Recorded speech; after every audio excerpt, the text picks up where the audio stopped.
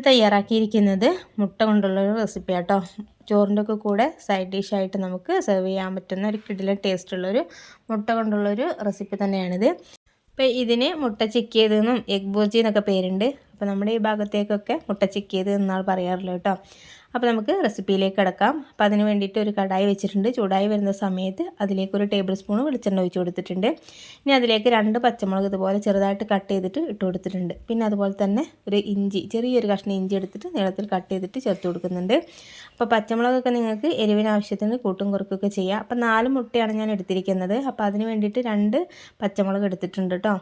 എന്നിട്ട് നമുക്കിതൊന്ന് എണ്ണയിലൊന്ന് വഴറ്റിയെടുക്കാം. ഇഞ്ചിയുടെ ഒരു പച്ചമണം മാറുന്ന വരെ ഒന്ന് വഴറ്റിയെടുത്താൽ മതി. ഇനി അതിലേക്ക് ഇതിൻ്റെ ടേസ്റ്റ് കൂട്ടുന്നത് എന്ന് പറഞ്ഞത് ഇതുപോലെ ചെറിയുള്ളി ചേർത്ത് കൊടുക്കുമ്പോഴാട്ടോ. അപ്പോൾ അധികം തന്നെ ചെറിയുള്ളി എടുത്തിട്ടുണ്ട്. എന്നിട്ട് അതിലേക്ക് കുറച്ച് ഉപ്പ് ഇട്ട് കൊടുത്തിട്ട് നല്ല രീതിയിലൊന്നങ്ങ് വഴറ്റിയെടുക്കാം. നല്ല രീതിയിലൊന്നങ്ങ് വഴണ്ടി വരട്ടെ കേട്ടോ. എന്നാലാണ് കറക്റ്റായിട്ട് ടേസ്റ്റും കാര്യങ്ങളും കിട്ടുക. അപ്പോൾ നല്ല രീതിയിലൊന്ന് വഴറ്റിയെടുക്കുന്നുണ്ട്. അപ്പോൾ നമ്മൾ ഏതൊരു റെസിപ്പി ഒക്കെ ആണെങ്കിലും സവാളിനേക്കാളും കൂടുതൽ ടേസ്റ്റ് തോന്നുന്നത് ചെറിയുള്ളിക്കാണല്ലോ. അപ്പോൾ ഇത് അധികം തന്നെ ചെറിയുള്ളി ഞാൻ എടുത്തത് അതുകൊണ്ടാണ്. പിന്നെ ഒരു മീഡിയം സൈസിലുള്ള തക്കാളി എടുത്തിട്ട് ഒന്ന് കട്ട് ചെയ്തിട്ട് ചേർത്ത് കൊടുക്കുന്നുണ്ട്. അപ്പോൾ ഒരുപാട് വലിപ്പമുള്ള തക്കാളി എടുക്കണ്ട കേട്ടോ. ഒരു ചെറിയൊരു പുളി കിട്ടിയാൽ മാത്രം മതി. നല്ല രീതിയിലൊന്ന് വഴറ്റിയെടുത്തിട്ടുണ്ട്. ഇപ്പോൾ തക്കാളിയൊക്കെ നല്ല രീതിയിലൊന്ന് കുക്കായി കിട്ടിയിട്ടുണ്ട്. ഇനി അതിലേക്ക് കുറച്ച് മഞ്ഞൾപ്പൊടിയും 1 ടേബിൾ സ്പൂൺ കാശ്മീരി മുളക് പൊടിയും പിന്നെ 1 ടേബിൾ സ്പൂൺ ചിക്കൻ മസാലയും 1/2 ടീസ്പൂൺ ഗരം മസാല കൂടി ചേർത്ത് കൊടുക്കുന്നുണ്ട് കേട്ടോ. എന്നിട്ട് നമുക്ക് നല്ല രീതിയിലൊന്ന് വഴറ്റിയെടുക്കാം. പൊടികളോടൊക്കെ ഒരു പച്ചമണം ഒന്ന് മാറുന്ന വരെ നല്ല രീതിയിലൊന്ന് വഴറ്റിയെടുത്താൽ മതി. വേറെ മസാലപ്പൊടികളൊന്നും ചേർത്ത് കൊടുക്കേണ്ടതില്ല കേട്ടോ.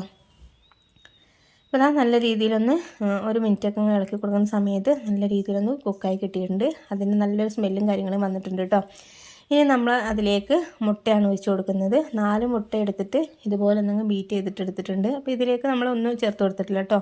ഉപ്പും ഒന്നും ചേർത്ത് കൊടുക്കാതെ ഇത് നോർമലായിട്ടൊരു മുട്ട മാത്രമാണ് ചേർത്ത് കൊടുക്കുന്നത്.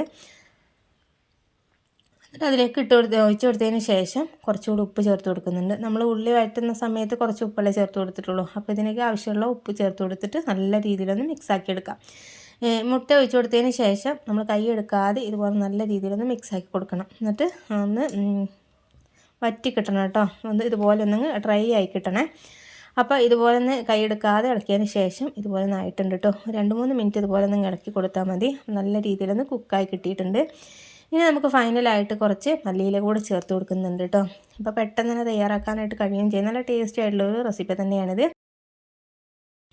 മല്ലിയില ഇട്ട് കൊടുത്തതിന് ശേഷം നല്ല രീതിയിലൊന്ന് മിക്സാക്കി കൊടുക്കുക. 1 മിനിറ്റ് ഒന്ന് അടച്ച് വെച്ചിട്ടുണ്ടെങ്കിൽ കറക്റ്റായിട്ട് ഫ്ലേവറും കാര്യങ്ങളൊക്കെ ഇറങ്ങിക്കോളും. അപ്പം നല്ല ടേസ്റ്റി ആയിട്ടുള്ളൊരു എഗ് ബുർജി തന്നെയാണിത്. അപ്പോൾ മുട്ടയുള്ള സമയത്ത് ഇതുപോലെ ഒന്ന് ട്രൈ ചെയ്ത് നോക്കിയിട്ട് ഒന്ന് ഫീഡ്ബാക്ക് അറിയിക്കാൻ മറക്കരുത്. പെട്ടെന്ന് തന്നെ തയ്യാറാക്കി എടുക്കാനായിട്ട് കഴിയുകയും ചെയ്യില്ല. ബാച്ചിലേഴ്സിനൊക്കെ തയ്യാറാക്കാൻ പറ്റുന്നൊരു ഈസി റെസിപ്പി തന്നെയാണിത്. അപ്പോൾ വീഡിയോ കണ്ടുകൊണ്ടിരിക്കുന്ന സമയത്ത് ഇഷ്ടപ്പെട്ടിട്ടുണ്ടെന്നുണ്ടെങ്കിൽ ലൈക്ക് ചെയ്യാനും ഫാമിലി ഫ്രണ്ട്സിനൊന്ന് ഷെയർ ചെയ്യാനും മറക്കരുത്. സബ്സ്ക്രൈബ് ചെയ്യാതെ കാണുന്നവരാണെങ്കിൽ ഒന്ന് സബ്സ്ക്രൈബ് ചെയ്ത് സപ്പോർട്ട് ചെയ്യുകയും ചെയ്യണേ.